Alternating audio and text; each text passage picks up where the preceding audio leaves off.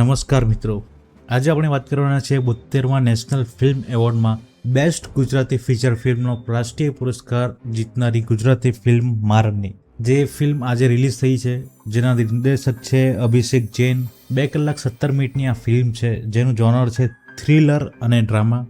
Missing નામની Gujarati web series આવવાની હતી ઓહો ગુજરાતી પર, જે અમુક કારણોસર ફિલ્મમાં કન્વર્ટ કરીને મારણ તરીકે રજૂ કરવામાં આવી છે. મુખ્ય કલાકારોમાં યશ સોની અને દીક્ષા જોશીની લોકપ્રિય જોડી અને સુરસદ ગોસ્વામી આ ફિલ્મમાં જોવા મળે છે. ફિલ્મની સ્ટોરીની વાત કરીએ તો ફિલ્મની સ્ટોરી છે છોકરીઓ અને મહિલાઓના અપહરણ અને અત્યાચાર, હ્યુમન ટ્રાફિકિંગના ક્રૂર ચક્ર પર આધારિત છે.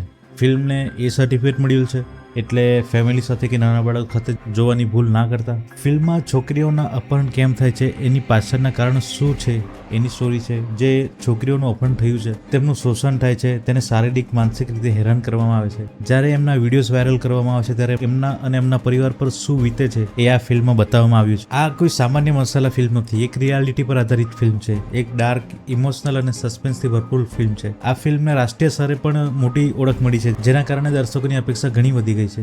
ફિલ્મમાં એક ગંભીર અને રહસ્યમય વાતાવરણ ઊભું કરવામાં આવ્યું છે. દરેક ફ્રેમ સિનેમેટિક લાગે છે, કલર ટોન ડાર્ક રાખવામાં આવ્યો છે અને બેકગ્રાઉન્ડ મ્યુઝિક દરેક સીનને ટેન્સ વધારવાનું કામ કરે છે. ફિલ્મ સમાજના એક ગંભીર મુદ્દા પર આધારિત છે. એક્ટિંગની વાત કરીએ તો યશ સોની રતન નામના કેરેક્ટરમાં ખૂબ જ ઇન્ટેન્સ લાગે છે. એમના ચહેરા પર એક્સપ્રેશન અને બોડી લેંગ્વેજ પરથી લાગે છે કે તેમની કારકિર્દીની સૌથી પડકારજનક ભૂમિકાઓની એક હોઈ શકે. અન્ય કલાકારોએ પણ ફિલ્મમાં અસરકારક દેખાય છે.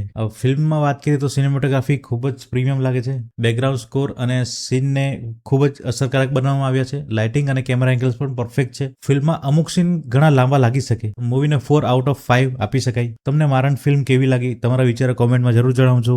વિડીયો ગમ્યો હોય તો લાઇક કરો, શેર કરો અને આવી જ ગુજરાતી ફિલ્મમાં રિવ્યૂ અને બ્રેકડાઉન માટે ચેનલને સબસ્ક્રાઇબ કરવાનું ભૂલતા નહીં.